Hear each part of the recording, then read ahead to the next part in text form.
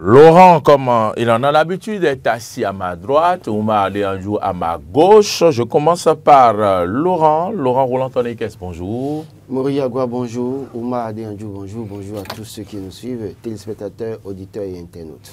Oumar Adéanjou, comme il en a l'habitude, avec son sourire dans le coin du visage. Bonjour Oumar.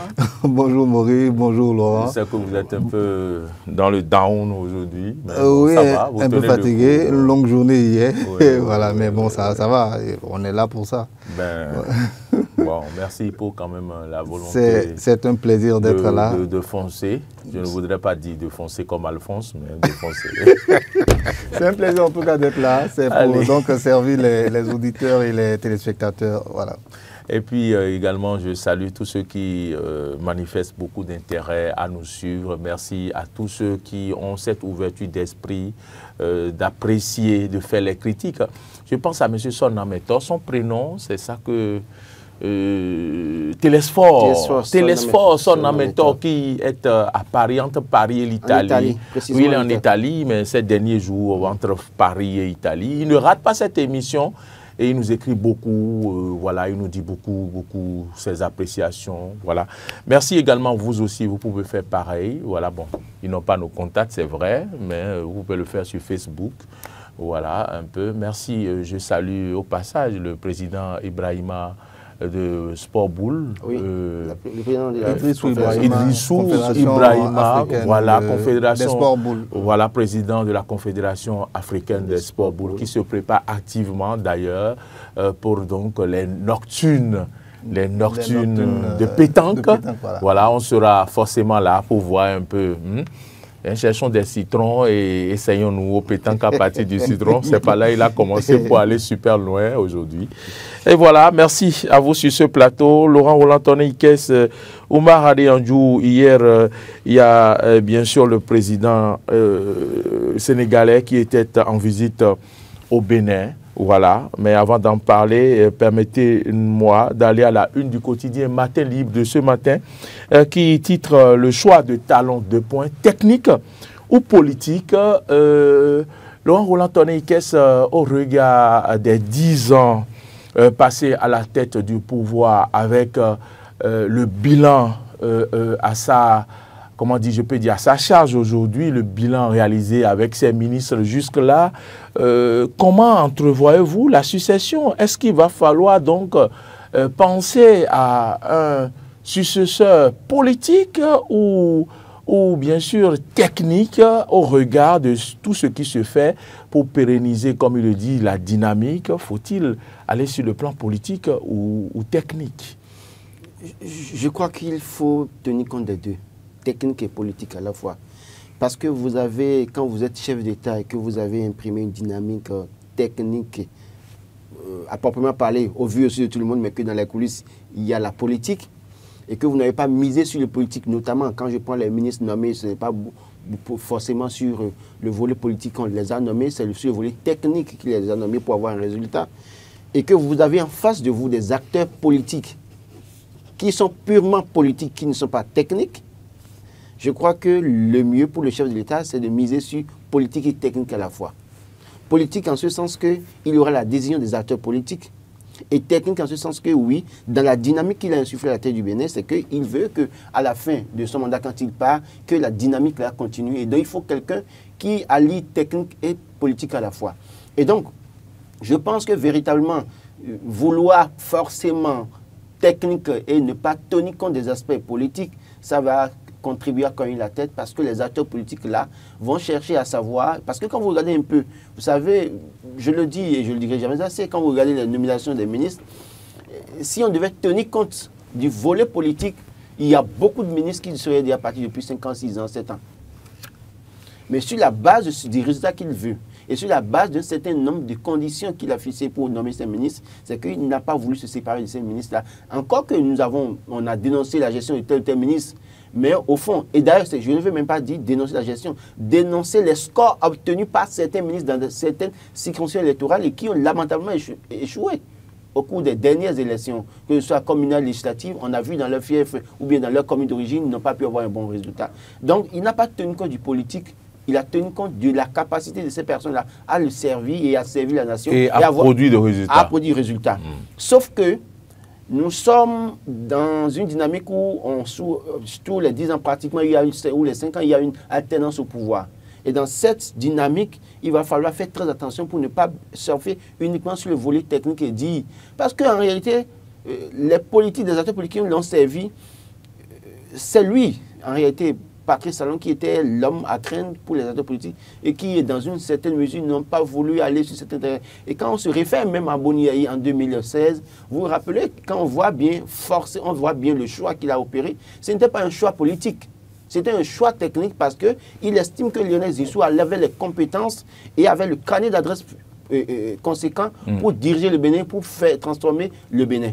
Sauf que politiquement, Lionel Zinsou n'était pas accepté des acteurs politiques parce que ne le connaissant pas, ne l'ayant pas accepté comme un acteur politique et qui pourrait accepter, aller dans certaines communes, dans certaines situations, accepter un certain nombre de choses qui se faisaient.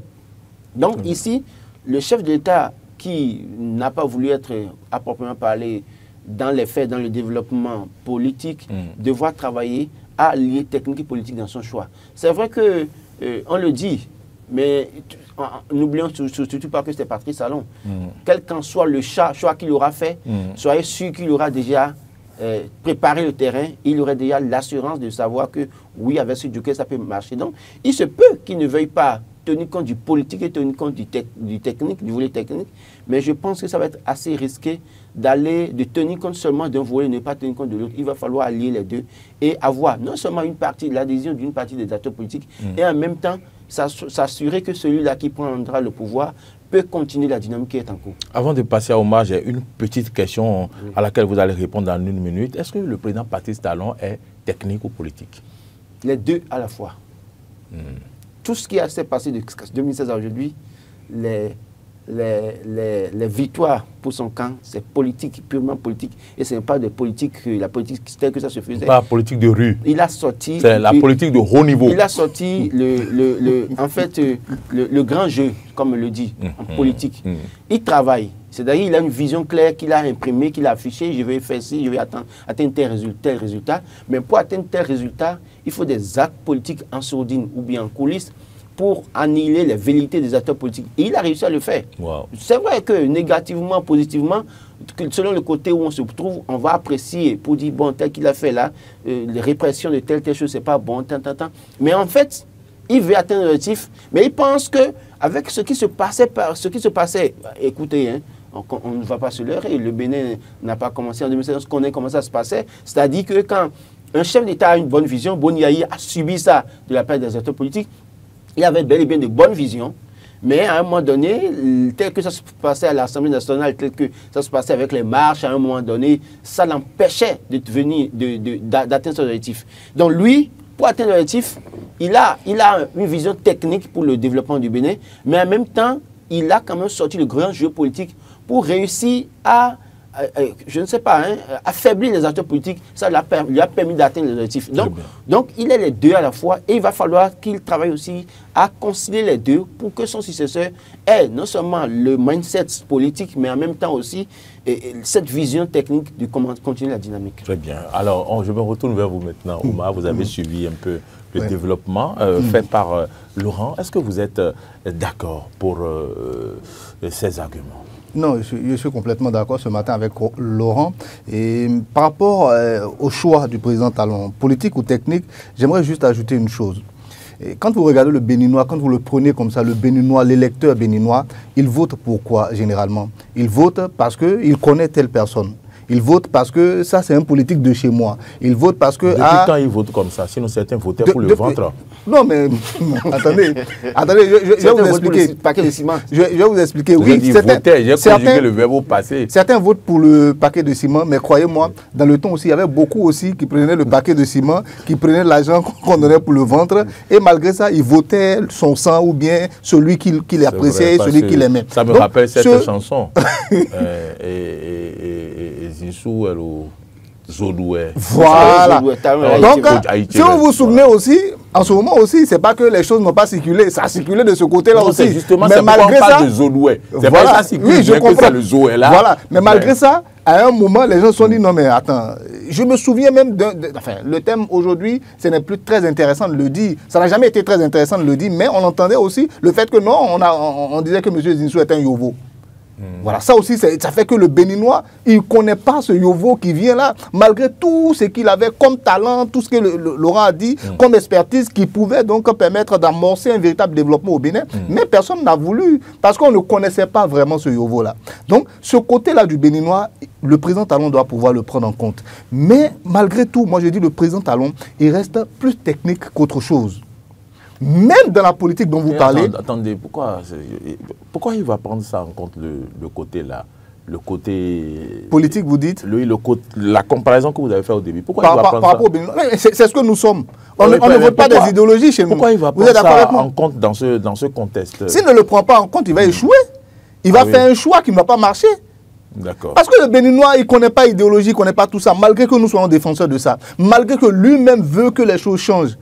D'accord. Autrement dit, est-ce que vous êtes en train de dire qu'il n'aille pas parachuter un inconnu à la tête pour sa succession? Si c'est un inconnu, il serait bien que cet inconnu-là soit bien connu de tout, bien accepté de tous ces gros bonnets là aussi qui sont de la politique. Son environnement. Oui. Il faudrait que tous ces têtes de pont-là se disent « Ok, on est d'accord avec lui ». Parce que croyez-moi, quand un leader dans une localité attrape la main de Moïse Agoué et dit « C'est lui, on va le prendre », ça compte. Donc, il va... voilà. Donc, ça aussi, ça compte. Il faudra prendre ça en compte. S'il ne le prend pas en compte, c'est qu'il y a mal donne. Il va aller se cogner face au mur, carrément. Voilà. Donc, à partir de cet instant, moi, je dis, c'est un élément à prendre en compte. L'aspect politique des choses, il faut le prendre en compte parce que, enfin, il peut pas faire cette campagne-là tout seul. Il a besoin de toutes ces personnes-là aussi pour pouvoir faire la campagne. Mais malgré tout, je dis, le président... Par rapport à la deuxième question que vous avez posée à Laurent, le président Talon reste plus technique qu'autre chose. Technique dans le sens expertise des choses. Même en politique, la politique dont vous avez parlé, il ne fait pas la politique comme les autres. Il va vraiment dans la qualité, dans l'expertise des choses. Comment la politique, sur le plan technique, comment est-ce qu'on fait bien les choses. Ça, il a toujours cet aspect-là en lui. Et donc, pour moi, il reste plus technique qu'autre chose, mais... avec des aspects très politiques des choses, parce que la réalité politique aussi, ça compte. Il faut pouvoir prendre en compte ces réalités-là. Sinon, au finish, tu vas faire tes réalisations, tu feras toutes ces choses. Reprenez un peu la nomination des ministres conseillers. Il n'y a rien de plus politique. Vous êtes d'accord avec moi? Parce que leur objectif, c'est justement aller vendre tout ce que le gouvernement est en train de faire. Donc, l'aspect politique des choses, il sait prendre cela aussi en compte. Et je pense que si il continue sur ce chemin-là, il fera peut-être le choix qui va plaire, ne serait-ce qu'à ses partisans, et puis, si possible aussi, à d'autres personnes aussi qui vont finalement adhérer à la cause. C'est possible. Mais moi, je dis, c'est les deux, comme l'a dit Laurent, mais le Talon que moi je connais, on trouvera que cette personnalité peut-être qui sortira donc du choix de M. Talon sera une personnalité mais extrêmement technique sur tous les plans. Ça, c'est moi mon avis. Laurent veut réagir avant ma question. Je pense que vous avez bien fait de citer l'exemple des ministres conseillers. Un chef d'État qui a dit clairement qu'il n'a pas besoin d'être populaire, mais qui, au terme de son mandat, va chercher des ministres conseillers qui tout le temps parcourent Monts et Vallées pour vanter. La réalité politique dont je parle. Attendez, oui. Donc, pour vous dire que quoi, il est bien conscient de ce que il ne s'agira pas de miser sur l'aspect technique uniquement en 2026. Sinon, ça va être, comme le disent les Ivoiriens, taper poteau. Donc, il est bien conscient qu'aujourd'hui, que chercher l'oiseau rare, c'est miser sur le politique et le technique. Et n'oubliez pas que, en réalité, quand vous regardez, bon, vous avez dit, il va choisir. Aujourd'hui, n'importe quel choix qu'il fera, c'est vrai qu'il n'aura pas l'adhésion de tous. Écrivez ça quelque part. Mais quand vous référez au choix de Patrice Talon en 2021, vous comprenez clairement que c'est un acteur politique fin. Parce que, voilà quelqu'un qui était candidat, qui était en griffe impopulaire, d'accord? Et qui, tout le monde disait, même s'il y a un mouton, il va échouer. Mais quand il veut aller aux élections, qu'est-ce qu'il a fait? Question de colistier. Il est allé d'abord chercher une femme pour convaincre les femmes. Mais une femme de quelle région? De la partie septentrionale du Bénin. Pour faire l'équilibre nord-sud. Donc, il a misé sur ça. Il n'a pas fait ce choix. Ce n'était pas un choix anodin. Donc, dans la même veine, pour 2026, il va faire des choix, que ce soit colissier. D'ailleurs, je ne trahis aucun secret en disant que oui, par exemple, le colissier naturel qui devrait venir en 2026, c'était Tchabi Kouaro, Yves, paix à son âme, qui est de la partie septentrionale du Bénin. Et donc, je pense véritablement qu'il tiendra compte de certains facteurs pour choisir le colistier et le titulaire au poste de président en 2026. Technique, oui, parce qu'en fait, Yves misera sur un fait. Si vous n'avez pas au moins un background assez nécessaire pour supporter ou pour faire face à la charge, il ne vous prendra pas. C'est-à-dire qu'il ne s'agira pas de prendre quelqu'un qui vient comme ça et qui ne maîtrise rien de la politique ou bien du développement. Non, comme on a le cas peut-être dans certains pays qui n'ont aucune notion de développement, aucune notion de la politique et qui viennent seulement et qui commencent par tâtonner et qui après on a les problèmes et on dira que c'est lui qui nous a prouvé ça. Il ne fera pas cette erreur. J'en suis bien conscient.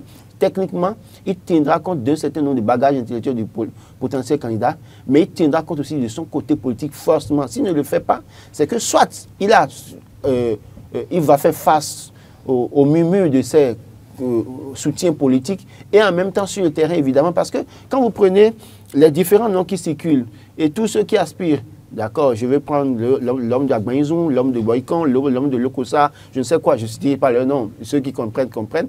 En réalité, quand on les met dans la balance, qui pèse mieux que qui? Si vous citez leur nom, vous ne gâchez rien du tout. Non, mais on se connaît. Tout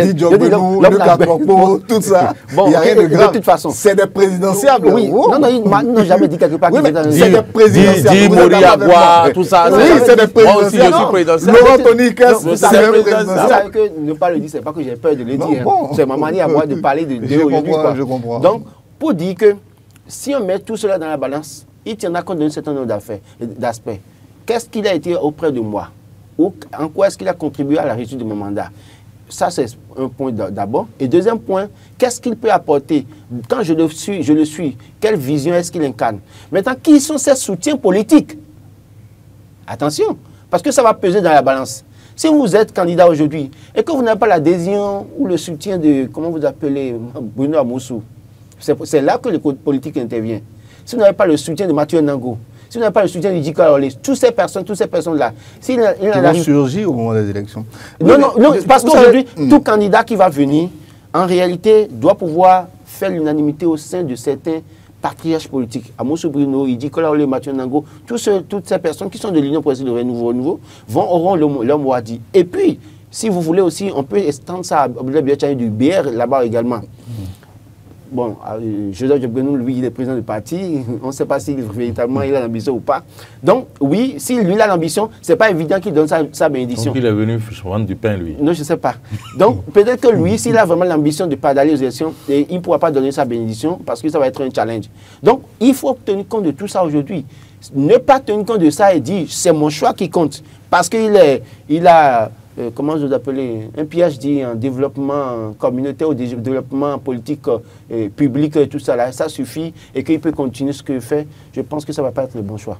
Moi, je pense qu'il y a un aspect que Laurent a évoqué qui, pour moi, n'est pas forcément quelque chose qui va être un élément à mettre véritablement sur... Qui va peser, vous voulez dire. Pour moi, pour le président Patrice Talon, que les patriotes soient d'accord avec lui ou pas, moi, je ne pense pas que ça sera l'élément sur lequel le président Talon va s'asseoir pour dire non, est-ce que ces gens-là vont accepter mon candidat? Est-ce que non? Je ne vois pas le président Patrice Talon. Par sa capacité déjà à, je ne vais pas utiliser un mot, mais à les discipliner, à les mettre au placard, comme on dit aujourd'hui, à les ranger. Moi, je pense qu'il est capable aujourd'hui de leur dire, voilà mon candidat, je veux que tu arrives à les soumettre. Je ne sais pas quel argument il va arriver à mettre sur la table, mais les mêmes arguments qu'il a pu mettre sur la table pour que tous ces noms que vous avez cités là aujourd'hui se taisent et observent de très loin tout ce qui s'est fait sur le plan politique. Voilà. Dans quelque chose, bon, moi je dis, il a encore ces arguments-là. Ça reste toujours le président de la République. Donc il a toujours ces arguments pour leur dire, écoutez les gars, on va soutenir celui-là. Et donc, s'il trouve les bons arguments, ça va passer. Moi, je ne pense pas que ce soit un élément vraiment essentiel qui va peser véritablement de la balance pour dire non, non, il est dans une rupture, il est dans, comment on appelle, dans le changement de tout ce que nous avons connu comme manière de faire. Donc, il veut de nouvelles manières de faire. Donc, à partir de cet instant, il ne va pas aller encore dire non, ce sont ces anciens-là qui avaient cette manière de faire qu'on nous avons suivi et tout. Moi, je ne le vois pas dans ce sens-là. Et l'autre chose que j'aimerais dire aussi, c'est que le fait qu'on a désormais, pour la présidentielle, un duo de candidats, mais ça facilite un peu aussi le choix du président. Vous voyez, vous avez pris comment on appelle, des considérations, je vais dire, plutôt politiques, ou si vous voulez, ethnocentriques, je ne sais pas comment je vais dire ça, mais régionalistes et tout. Mais c'est pas des éléments qui, pour moi, comptent. Mais même dans ce sens-là, même si on va dans ce sens-là, ça lui facilite plus ou moins les choses. Parce qu'il peut prendre quelqu'un qui est d'ici et compenser avec quelqu'un qui est de l'autre côté également. Moi, je n'aime pas utiliser d'autres termes. Donc, qui est d'ici et l'autre est de l'autre côté. Il peut les prendre pour se faciliter, la tâche. Non, moi je dis Bénin, c'est Bénin. Oui. Parce qu'on est tous des mélanges. Moi, je ne veux pas voir ça dans ce sens-là. Dans le choix des candidats aujourd'hui, vous ne voulez pas voir ça, mais dans la réalité, la population voit ça. Oui, et donc c'est un combat à mon niveau. C'est un combat que moi je fais. Moi je dis, cette manière de faire là, ça a des conséquences. Et on connaît ces conséquences-là, par exemple, dans d'autres pays. On sait ce que ça a donné. Penser de cette manière-là. Moi, je ne veux pas penser de cette manière-là parce que je ne rêve pas d'un Bénin avec des clivages aussi forts. Non, moi je n'en veux pas. Vous ne voulez pas penser, mais vous n'êtes pas contre l'acte qu'on pose dans ce sens. Voilà. Moi je dis et je répète, quand un Béninois dit je vais être président, il doit pouvoir le dire à Tchoumi Tchoumi, comme à Yoko dans la commune de Sakété, et dit je suis candidat, même si il est de Boycon. Dans ces deux, il doit pouvoir le dire et être sûr que personne ne dira non, il est d'où, non, lui n'est pas d'ici. Non, il faut qu'on regarde les gens par rapport à ce qu'ils sont, par rapport à leur vision du Bénin, par rapport à leur amour pour le Bénin et justement par rapport au programme qu'il envoie. Qu'est-ce qu'il a comme vision pour le pays? C'est ça qui compte. Qu'est-ce qu'on veut faire à la tête du pays? C'est ça qui compte. Au lieu de dire non, il est de telle région, moi je ne veux pas. C'est vrai que c'est une réalité aujourd'hui. Oui, malheureusement, c'est une réalité aujourd'hui. Mais je dis et je répète, moi personnellement, c'est pas ce que j'aime le plus. J'ai une lecture à faire, hein, Laurent. Mais malheureusement, dans le choix des candidatures aujourd'hui, avec cette affaire de colistier, si vous faites des choix en ne tenant pas compte de certaines sensibilités et que d'autres candidatures en arrivent pour d'autres listes en tenant compte de et tiennent compte de ces sensibilités, ce n'est pas gagner d'avance pour vous. Malheureusement, c'est la réalité que nous vivons. Maintenant, je reviens sur l'aspect des Amoussou Bruno et consorts, Omar Diandjou. Il faut qu'on soit clair là-dessus. Vous ne savez pas dans quelles conditions ces patriarches de griffes sont allés se calmer, mais observent de loin. Et si en réalité, en temps on les a obligés ou on les a contraints aller à la retraite d'office politiquement parlant. On les a convaincus. Non, je dis si entre-temps. On les a convaincus. On les a contraints. On les a convaincus. Bon, on les a convaincus d'aller à la retraite d'office, d'accord. C'est plus que jamais le moment pour eux d'avoir aussi leur mot à dire. Et c'est ce qui fait que, en réalité, quand vous prenez la région du Koufou, par exemple, allez sauter et revenir sur terre. C'est tout comme dans la 19e, tu sais, à Dengobedi. Amoussou Bruno aura toujours son mot à dire, aussi longtemps qu'il sera en vie. Donc, une candidature qui a son adhésion passe. Et quand vous regardez bien un peu la manière de faire la politique, même si lui-même n'a pas réussi à se faire élire, chaque fois qu'il rentre dans la danse, dans une alliance ou bien dans un, comment vous appelez, dans une association politique, il y a toujours la possibilité d'avoir le dessus. On peut tenir compte des résultats qu'ils ont pu avoir. Donc, je pense véritablement qu'aujourd'hui, tout choix qui sera fait par Patrice Talon, qu'il le veuille ou non, à un moment donné, il va chercher à avoir l'adhésion de ces personnalités-là. Parce que ces personnalités sorties en pleine campagne pour dire non, allez de tel côté, encore que c'est le moment pour chaque acteur de se repositionner de façon stratégique. Eux tous ne sont peut-être pas d'accord d'aller à la retraite d'office politiquement parlant. Mais c'est le moment pour eux maintenant de revenir à la charge. Parce que, écoutez, quand vous posez la question au président Bruno Amoussou, et vous dites qu'il est vieux, vous dites qu'il n'est pas vieux, il est jeune, il est encore jeune. Donc il est encore jeune, quelqu'un qui dit qu'il est encore jeune, à plus de 80 ans, faites attention. Et qu'on sait, n'oubliez pas que c'est le renard de Jacotomé. Il a toujours son mot à dire. Donc je ne dis pas que si mettre... Vous m'avez mal compris. Non, mettre de côté tous ces acteurs politiques-là. Vous allez dans le plateau, il dit qu'on même si en griffe, il a été convaincu d'aller à la retraite politique, c'est qu'il a encore son mot à dire dans le plateau. Moi, j'y crois. Je voudrais je pense véritablement qu'il y a des aspects sur lesquels Patrice Talon, le chef de l'État, ne va pas s'amuser. Il va tenir compte de tous les détails minutieusement pour s'assurer que son joker passera sans difficulté. Mais moi, je répète, le plus important, ça ne sera pas forcément l'adhésion ou pas de ces anciens-là. Moi, je pense que ce n'est pas le plus important pour lui. Il va chercher à les convaincre. Ça, c'est une certitude. Parce que sur le plan politique, comme vous le dites tout le temps ici, la politique, c'est l'addition et la multiplication. Faire venir des gens. Les convaincre, c'est l'adhésion. Oui, à obtenir leur adhésion, mais pas forcément accepter que ce soit eux. Jusque-là, on n'a pas utilisé le mot imposer. Voilà, ce n'est pas eux qui vont lui imposer son choix, mais c'est plutôt lui qui va partir les convaincre, les obliger, peut-être même si possible à dire. C'est avoir leur adhésion. Oui, c'est avoir leur adhésion. Est-ce que c'est tout qui viennent à vous convaincre, qui vous convainquent. Leur opinion sur son choix, moi je ne pense pas que ça soit l'élément le plus important sur lequel le président va s'apesantir pour... Ça va compter. Ça va compter forcément. Je vous vois partir je pense sincèrement que ça va compter. Parce que le problème, c'est que le simple fait que Amoussou Bouino ne sorte pas du tout pendant la campagne, c'est pas bon.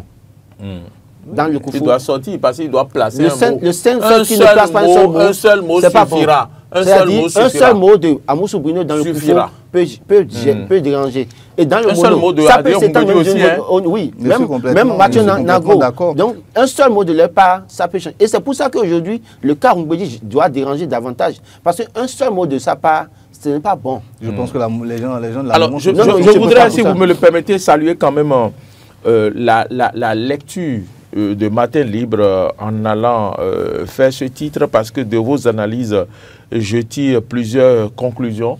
Je constate quand même que le chef de l'État, déjà on peut se demander pourquoi il a été très fidèle et je vais dire loyal presque à ses ministres, parce qu'on se demande pourquoi il ne change pas souvent, il ne fait pas de remaniement. On constate bien à travers l'analyse de Laurent que c'est parce qu'il a plutôt misé sur un gouvernement technique.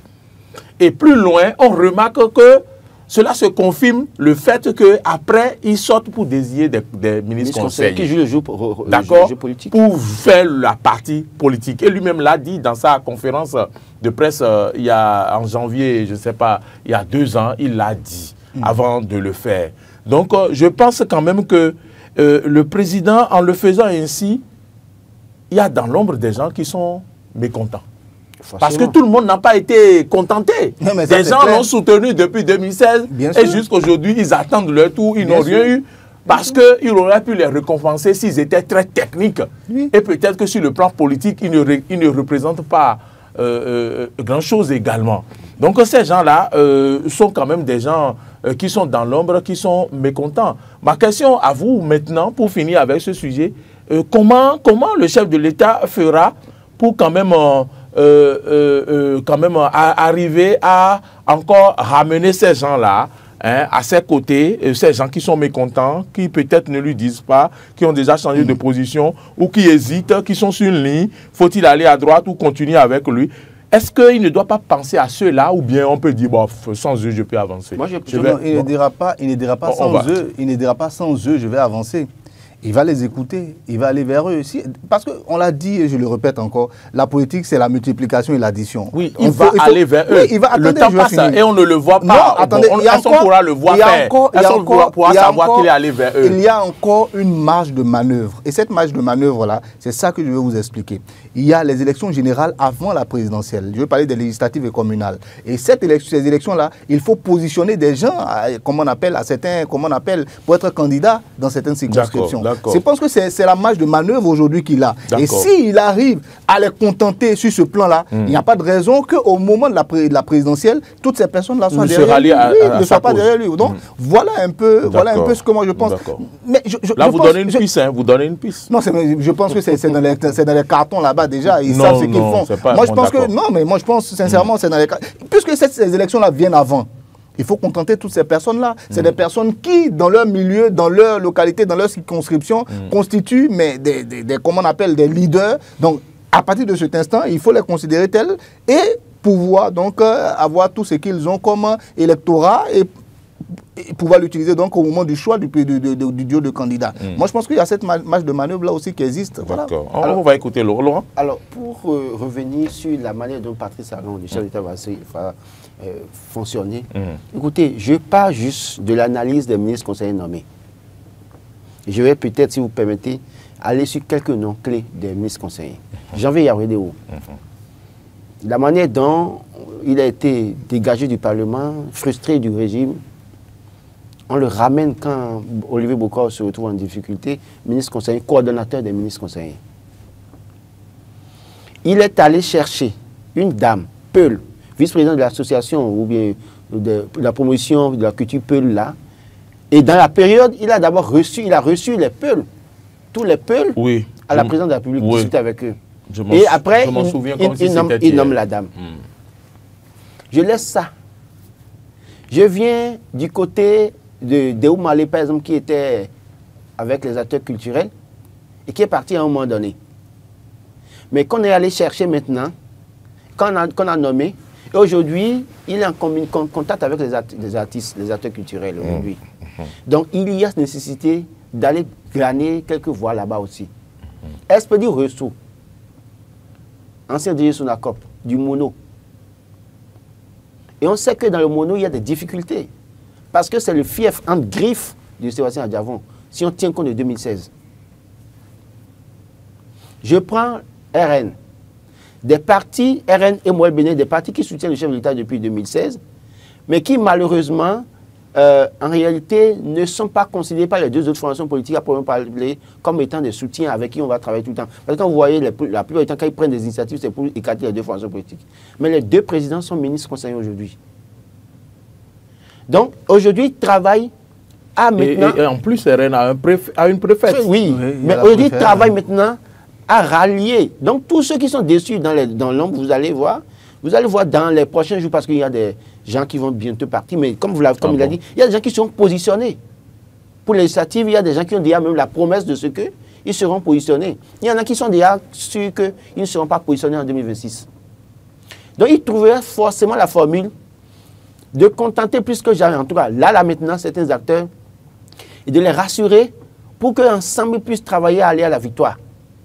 Parce que, vous savez, il y a des gens qui ne sont pas ministres eux-mêmes, qui sont des acteurs, des directeurs dans certaines régions, on a pu constater au fil du temps qu'ils n'ont aucune base électorale. Et donc, toutes ces personnes-là, vous allez voir que progressivement, on va les éjecter des rangs.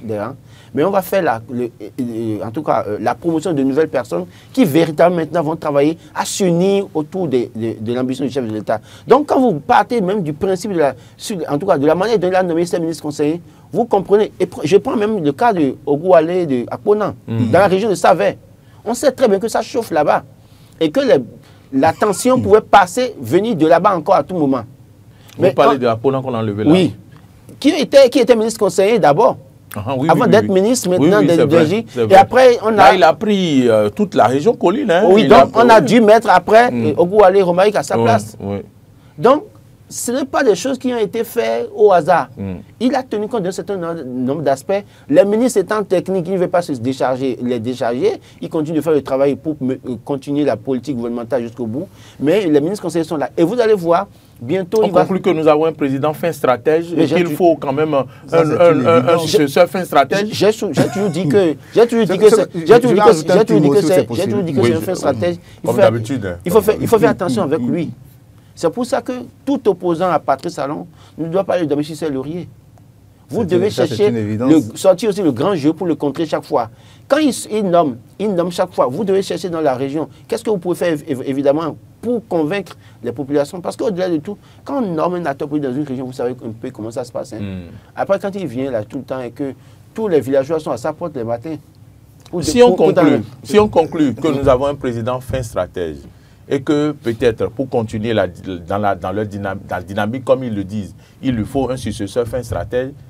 Des régions que vous agitez, est-ce que vous voyez des gens fin stratèges dedans? Non, celui qui sera son successeur ne sera forcément jamais comme lui, parce que le problème c'est que deux personnalités, c'est toujours chacun avec son mode. Non, ils ne sont pas exactement les mêmes. Peut-être que l'autre viendra faire mieux même que lui, c'est possible aussi. Donc, il peut aussi venir faire pire que lui. Et le rendre plus populaire, c'est possible. Ce que je veux dire, c'est quoi? C'est que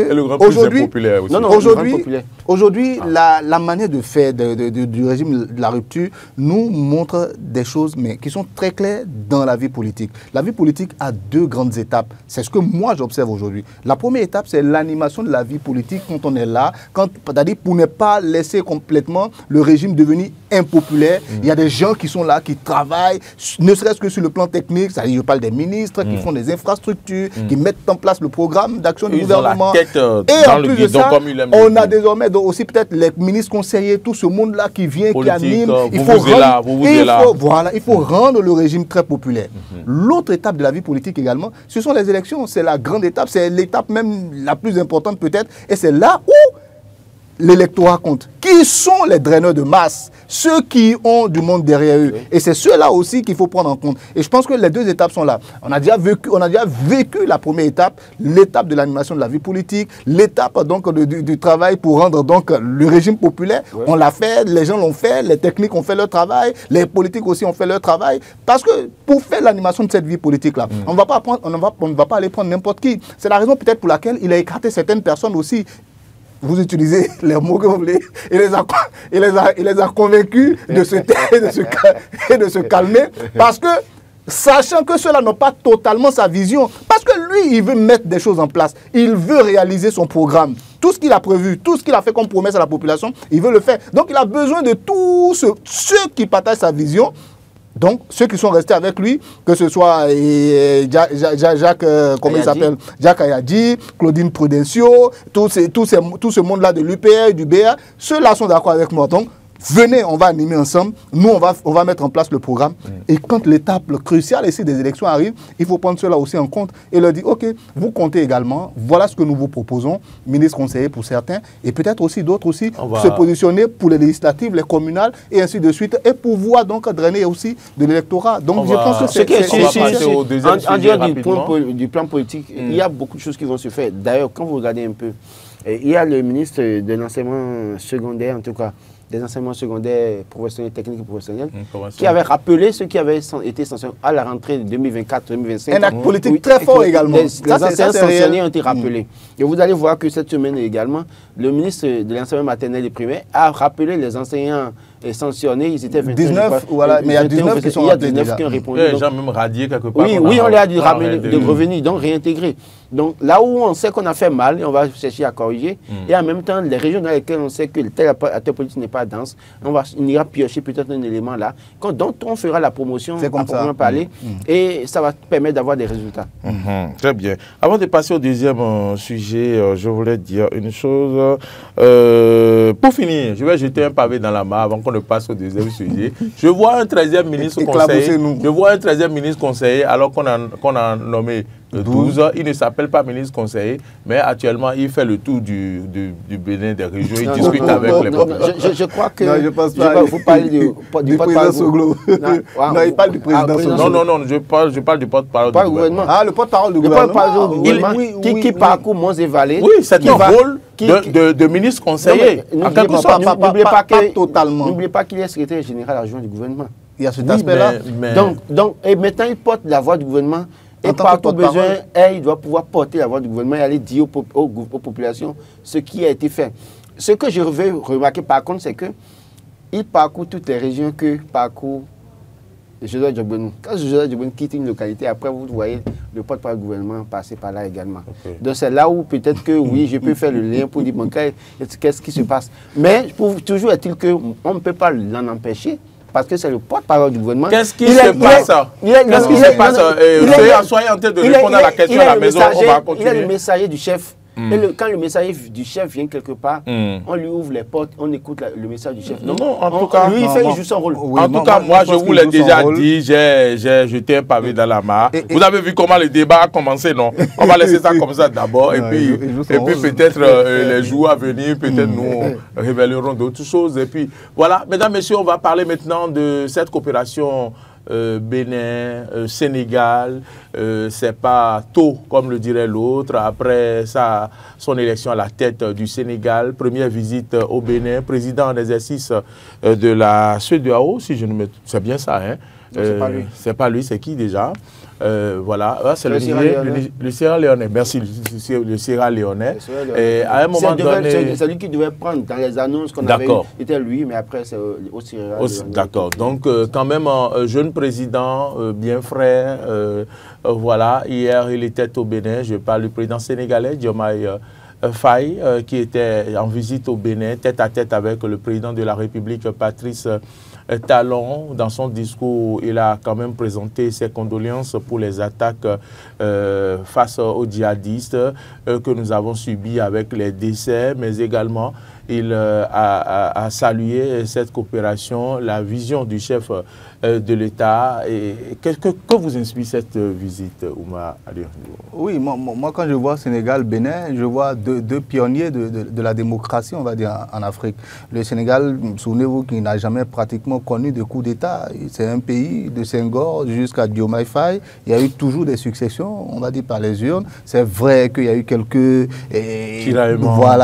petits problèmes, surtout la succession entre Senghor et, je crois, le président Abdou Diouf. Non, pas Abdou Diouf, le très grand, là. Comment il s'appelle? Non, oui, c'est bien Abdou Diouf. Le très grand, c'est Abdou Diouf. Oui, mais Wade aussi est grand. Oui, bon. Abdou Diouf, c'est le plus élancé des présidents à l'époque. Voilà. Donc, la transition entre Senghor... Vous le connaissez, oui. La transition entre Senghor et comment on appelle, et Abdou Diouf, on sait tout ce qui s'est passé. Il y a eu quand même quelques petits soucis. Mais sur le plan démocratique, on va dire que ces deux pays sont des pionniers. Donc il y a beaucoup de choses à se dire là. Peut-être même, je vais utiliser un mot qui est plutôt utilisé lorsqu'on parle de technologie et tout. Il y aura un transfert de technologie. Il y aura un transfert d'expertise en matière peut-être de démocratie de part et d'autre. Hein. Pas que le Bénin va donner. Non, mais je pense qu'ils vont véritablement discuter, échanger les évolutions sur le plan institutionnel dans les deux pays. Je pense que ça sera aussi au cœur donc du débat entre les deux hommes. Et puis maintenant, au-delà de tout ça, moi je pense que c'est quand même aujourd'hui deux États qui comptent véritablement dans la sous-région, notamment pour remettre sur les rails la CEDEAO, parce que l'aura aujourd'hui du président Talon, on peut le détester, on peut dire tout ce qu'on veut à l'intérieur, mais à l'extérieur, les gens voient autre chose. Hein. Quel que soit ce que nous nous dirons, on peut tout peindre comme on veut, mais à l'extérieur, les gens voient autre chose. On voit la transformation qu'il a pu faire du Bénin, que ce soit sur le plan infrastructurel, sur le plan politique, sur le plan des institutions. On voit comment il a rénové les choses, on voit comment il a travaillé à moderniser plus ou moins le pays. Et ça aussi, c'est quelque chose qui séduit. Et quand l'autre va venir, c'est ceux qui vont en parler. Le Sénégal n'est pas du reste également. Ils font aussi du boulot chez eux. Donc ils vont s'entendre parler, ils vont s'écouter, ils vont se parler, ils vont, voilà, comme je dis, se transformer certaines choses. Et aussi, je parlais de la CEDEAO, ils vont devoir réfléchir également sur l'avenir également de la communauté, parce que c'est essentiel également. Cette communauté est complètement en perte de vitesse, parce qu'à un moment, c'était devenu finalement un club de présidents où on se retrouvait juste pour discuter entre nous. Mais on voit ces deux personnalités-là qui, eux, sont plutôt atypiques. Quand je dis atypiques, atypiques dans le sens qu'ils sont complètement différents de ceux qu'on a aujourd'hui, de ceux qu'on avait, je vais dire, au pouvoir dans le temps.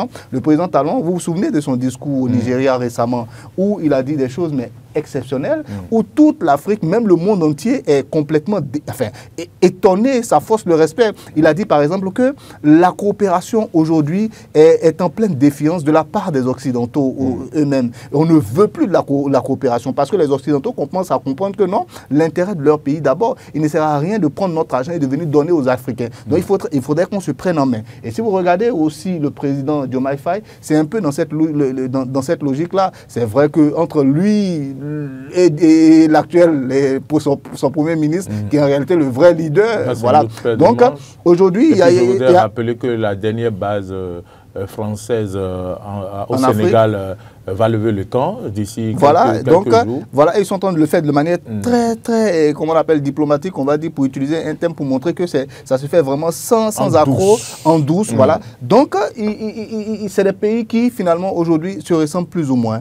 Et les Africains veulent se prendre en main, travailler et gagner, enfin, par eux-mêmes, présenter une autre Afrique, pas cette Afrique-là où on montre rien que de la misère, des guerres et ainsi de suite, mais des Africains capables, conscients de ce qu'ils sont, conscients de leur capacité, capables de moderniser leur pays. Et donc, moi, je pense que c'est très bon. Capable de rester derrière Trump, Donald Trump. Bon, il y a certains, on a vu un peu ça aussi, c'est une autre paire de manches. J'ai été complètement sidéré par le comportement de certains présidents africains. Et ça, je ne sais pas si j'emploie les mots qui me viennent tout de suite à l'esprit. Je crois que ça peut même créer un incident diplomatique. Moi, quand j'ai entendu le président mauritanien, mais j'étais écœuré. Je dis, mais qu'est-ce qui se passe? Ne créez pas. Un président, oui, nous sommes... Laissez. C'est un aspect à part. Donc, moi, je ne vois pas Diomaye Faye aller, par exemple, dire « Nous sommes un petit pays ». Je ne pense pas. Je ne vois pas le président Talon aller dire « Le Bénin est un petit pays ». Non, non. Même s'il dit « Le Bénin est un petit pays », vous allez voir, la phrase qui va suivre va montrer que non, c'est un petit pays, mais avec un peuple mais valeureux, un grand peuple et des gens qui sont prêts à travailler pour réussir, pour faire évoluer le pays, pour moderniser le pays. Et moi, je pense que c'est une coopération qui est bien partie. J'espère que tous les aspects seront abordés, économiques et c'est pas moi, et social, la libre circulation des personnes et des biens entre les deux pays, comment est-ce qu'on pourra coopérer. Bon, moi, je pense qu'il y a beaucoup de choses qui sont bien et qu'on pourra tirer. Mais ces deux pays qui, moi, séduisent sur le plan africain, ne serait-ce que par leur démocratie, par leur stabilité, on va dire démocratique. J'aime beaucoup ce président, Diomaye Faye. Ce que j'aime chez lui, c'est sa face. Il a une face d'enfant. J'aime beaucoup ça, une phase d'enfant vraiment... Mais très intelligent. Je ne sais pas. Très intelligent. J'ai beaucoup d'affection pour naturelle. lui. C'est possible. Naturel. Oui, franchement. Oui. Donc, comme il a dit... vous savez conseil spécial. J'avais eu l'occasion de lui parler hier, mais je l'ai laissé comme il n'est pas venu pour moi. Alors, Laurent, je crois que oui, là, ce Cotonou-Dakar renforcé, c'est une bonne chose parce que quand vous venez en Afrique de l'Ouest notamment, le Bénin et le Sénégal partagent beaucoup de choses sur le plan touristique, culturel. Et quand on prend l'histoire des Afro-descendants, vous parlerez de l'île de Gorée, vous parlerez de Ouida également. Et quand vous regardez les histoires, il y a des similitudes. Absolument. Et donc, c'est un aspect... Est-ce que même certains noms se répètent là-bas? Tu entendras Silvera, Da Silva, des noms comme ça qui sont au Bénin et qui sont aussi au Sénégal.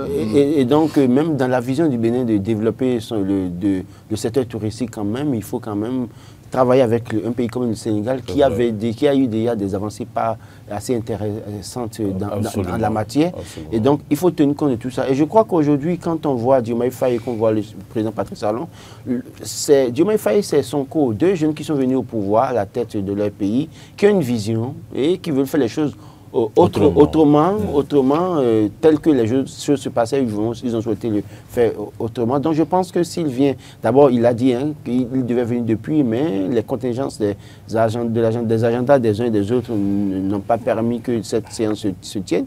Mais moi je vais apprécier une image assez forte. L'image assez forte, c'est un président qui est élu sur la base d'une bataille démocratique dans son pays, et en refusant un troisième mandat à leur président, et qui a été élu. Et qui vient rendre visite à un chef d'État qui a promis de partir après son mandat, ces deux mandats, qui a promis de partir. Et un chef d'État qui a misé, et ça je le dis, qui a misé sur le fait que le prochain candidat devrait être quelqu'un qui a au plus 55 ans. C'est le choix. En fait, ça fait partie des conditions du chef de l'État actuel. Enfin, vous le savez, je veux dire. Mais je vous dis, si c'est faux, ils n'ont qu'à venir me démentir. Et après, avec le temps, on verra bien. On verra bien si ce qu'il dit c'est faux ou pas. 55 ans. Il mise sur la jeunesse. Ça, c'est une information fraîche. Il mise sur comme on le dit, fraîche nini. Non, un président qui mise sur la jeunesse. Donc, quand il voit Diomaye Faye jeune, avec la vision qu'il porte, avec Ousmane Sonko, je crois qu'il doit être davantage sidéré et satisfait de sa volonté de passer le témoin à la jeune génération. Donc je crois que c'est l'image là qui m'a le plus frappé. Quand je regardais les deux parler, je disais, mais voilà la vision du chef de l'État qui veut partir, qui dit je dois partir après les deux mandats. Il ne souhaite pas qu'il y ait de casse dans le pays, il souhaite partir véritablement, il l'a annoncé, pendant que son ancien homologue ne voulait pas partir. On a vu ce que ça a coûté, les morts, l'université brûlée, autant de choses. Donc ça doit davantage l'inspirer pour dire, écoutez, ce que l'autre a fait là-bas, au point où il y a des casses avant que celui-ci ne vienne, moi, je ne permettrai pas ça. Et voilà que j'ai fait mon choix. Donc, je pense que c'est l'image là qui m'a sidéré. J'espère vivement, avec tous nos bons voeux, que le chef de l'État en arrive à atteindre tous ces objectifs-là pour être véritablement célébré. Moi, ça me ferait plaisir. Ça me ferait plaisir aussi qu'on ait un président aussi jeune. Moi, je pense. Peut-être que c'est un message, oui. Peut-être que c'est un message que le président Talon envoie au Béninois en invitant Diomaye Faye à venir au Bénin. C'est pour ça que parfois je dis que certains sont en train de courir. J'attends de voir si véritablement ça va passer. Le président aussi, il nous passe des messages, mais on ne fait pas attention. Il fait comme Jésus. C'est quand Jésus parle, c'est après que les gens comprennent. Des siècles, même des millénaires après. Ce qu'il dit. Il fait comme Jésus. Il fait comme Jésus. Bon, c'est divin, c'est autre chose. Ah ben c'est bien. Merci beaucoup. J'ai rencontré des confrères sénégalais très sympathiques. Non, ils sont très sympas. Franchement, c'est pas ce pays, je l'adore. Vous l'avez découvert déjà. Sénégal nek na trop. Merci à tous ceux qui nous ont suivis. Merci à vous, Laurent Roland Tonné-Ikes. Merci, Oumari. Pour tout ce que vous avez apporté, j'ai vu que quand même vous êtes allé chercher au plus profond de vous pour faire ces analyses. Franchement, je vous salue, ces analyses politiques.